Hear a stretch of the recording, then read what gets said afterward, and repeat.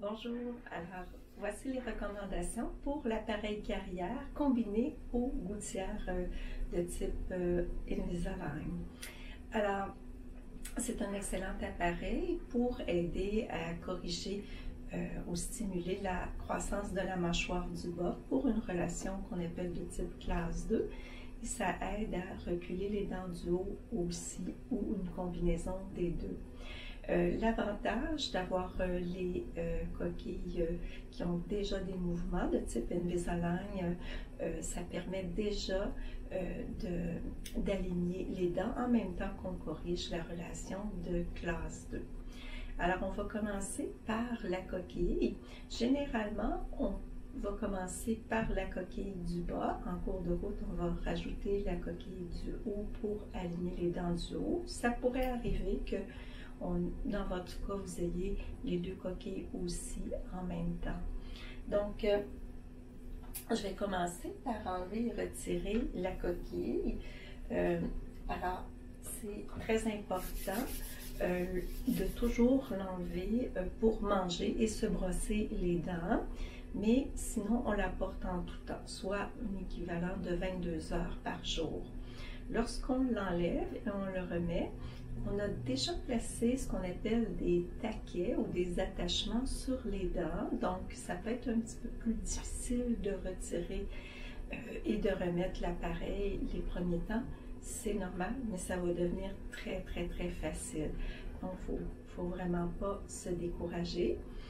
Lorsqu'on retire l'appareil, il faut toujours aller d'un côté, de l'autre et la retirer. Et lorsqu'on remet la coquille, on va éviter toujours de croquer à l'intérieur.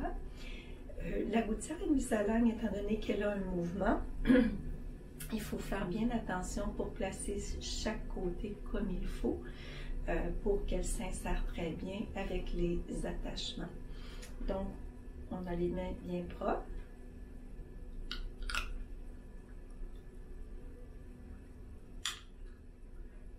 Comme ça.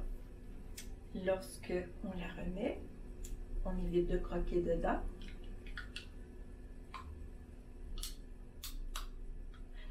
Vous avez vu, j'ai comme tordu légèrement la partie postérieure. C'est normal parce que il faut bien l'adapter. J'ai utilisé un Kleenex, mais il ne faut jamais placer notre coquille dans un Kleenex, sinon on va l'égarer ou la jeter.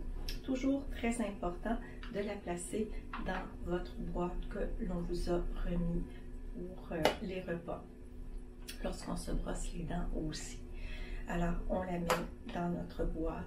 L'appareil carrière, en fait, c'est la partie du haut ici.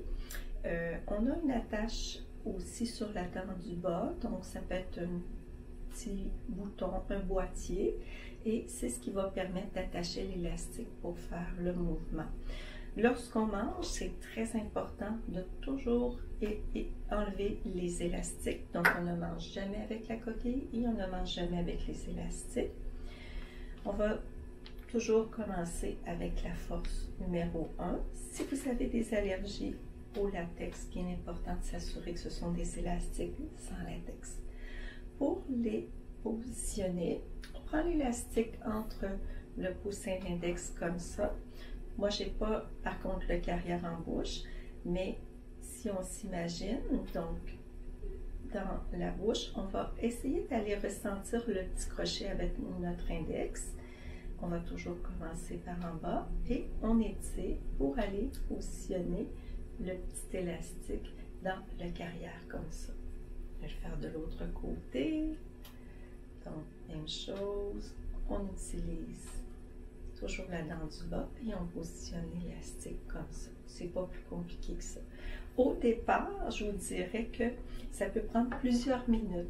Enlever, remettre la coquille et la même chose pour les élastiques. Ça va prendre quelques secondes après quelques jours. C'est très rapide. On n'a plus besoin d'utiliser le miroir après quelques jours. Inquiétez-vous pas. Donc, 22 heures par jour, on les enlève pour brosser les dents et pour manger. Au départ, c'est certain qu'il peut y avoir un petit peu de sensibilité alors aux dents, Tylenol ou Advil. On va recommander de manger des choses un peu moins dures parce que les dents sont sensibles lorsqu'on va croquer. C'est tout à fait normal. Ça va passer. C'est possible aussi qu'il y ait des petites irritations avec les petits crochets. Parfois, même le rebord des coquilles, c'est quand même mineur. Alors, pour prévenir les blessures, les premiers jours, on peut utiliser la cire orthodontique. Donc, la cire, en fait, c'est pour faire un petit coussin. C'est certain que moi, je recommande surtout de la placer peut-être les premières nuits parce que le jour, lorsqu'on parle ou on mange, ça ne tient pas bien en place. Mais pour prévenir des blessures, c'est comme si on avait un petit coussin. On prend un petit morceau de cire et on vient le coller sur la tâche. Ça permet d'éviter un frottement. Sur le carrière, on peut en prendre une plus grosse quantité pour venir le placer. Donc, ça permet d'éviter des fois les blessures pour les premiers jours lorsqu'on dort la nuit. Mais c'est très temporaire. On en a besoin seulement les premiers jours ou les premières semaines. Si on avait une blessure, on peut utiliser des produits, soit qu'on vous en ait donné ou on peut en acheter en pharmacie, des produits qui vont aider à soulager les blessures dans la bouche. Donc, alors il y a des gels qu'on peut appliquer à l'intérieur des joues et ça va passer quand même très rapidement. Si vous aviez une blessure plus importante, on peut utiliser un onguent qui contient un tout petit peu de cortisone, alors sous prescription, mais c'est quand même très rare d'avoir des grosses blessures. Ce qui est important aussi, il faut éviter des aliments trop durs pour éviter de décoller le boîtier, les attachements ou les taquets, ou le bras de carrière. Donc, éviter de croquer des bonbons durs, éviter, lorsqu'on va par exemple croquer dans une pomme, l'idéal c'est plutôt de trancher la pomme parce que les aliments durs peuvent décoller les appuis. C'est certain qu'il faut quand même éviter les aliments très collants comme la tire, les jujubes, la réglisse, le caramel qui peuvent provoquer des caries. Il y a aussi un autre aspect qu'on déconseille fortement lorsqu'on a des appareils orthodontiques, même lorsqu'on n'a pas d'appareil orthodontique aussi, les boissons gazeuses, les jus de fruits aussi en trop grosse quantité. Ce sont des liquides qui sont très acides pour les dents et ça peut provoquer ce qu'on appelle des décalcifications. Donc, si on boit énormément de boissons gazeuses et on replace la gouttière, il y a beaucoup d'acidité qui va rester sur les dents et ça va faire que ça va rendre l'émail très poreux, très crayeux, très blanchâtre et très sensible aussi. On va avoir beaucoup de sensibilité et ça cause énormément de caries. Donc, on recommande d'éviter ça. Le dentifrice, prenez votre dentifrice. Nous, on a une petite préférence pour le Colgate Privitant parce qu'on a une concentration en fluorure qui est beaucoup plus élevée. Donc, lorsqu'on brosse nos dents, il n'y a pas énormément de changements. Si vous avez une brosse à dents mécanique, vous pouvez continuer à l'utiliser, ce qui est excellent d'ailleurs. La brosse à dents manuelle, c'est le même brossage habituel. Il y a par contre, il faut faire un petit peu plus attention près des petites attaches. Donc, il faut très bien s'assurer que ces endroits-là sont très, très bien nettoyés. On va souvent utiliser une brossette interdentaire comme celle-ci. Donc, on peut la replier comme ça pour aller bien nettoyer tout le pourtour des attaches. Donc, au niveau de l'appareil carrière, ça va très bien, comme ceci. Et aussi, près du boîtier ou près des petits crochets, il faut vraiment bien nettoyer. Donc, lorsqu'on a complété le brossage, on repasse avec la brossette comme ça, au moins 2 fois par jour. Donc, on ne met pas de dentifrice, tout simplement à l'eau. Ça nous permet de vérifier s'il restait des débris. Pour la soie dentaire, donc ça ne change pas beaucoup. Le seul endroit où ça va changer, ce sont près des appuis carrière comme ceci. Donc on va recommander un enfilaire. Donc moi, je vous recommande de le replier comme ça avec votre doigt. On insère la soie dentaire. On peut faire un petit nœud si on le souhaite. Il y a aussi des soies dentaires qui sont vendues directement avec un petit embout bleu. On appelle ça une superfloss. La superfloss est toutefois un petit peu plus rigide comme soie dentaire. Donc, quelqu'un qui a déjà les dents serrées, c'est un peu plus difficile. Le but de ça, c'est d'aller passer la soie dentaire derrière le carrière, en fait, pour que l'on puisse avoir accès à passer la soie dentaire comme à l'habitude.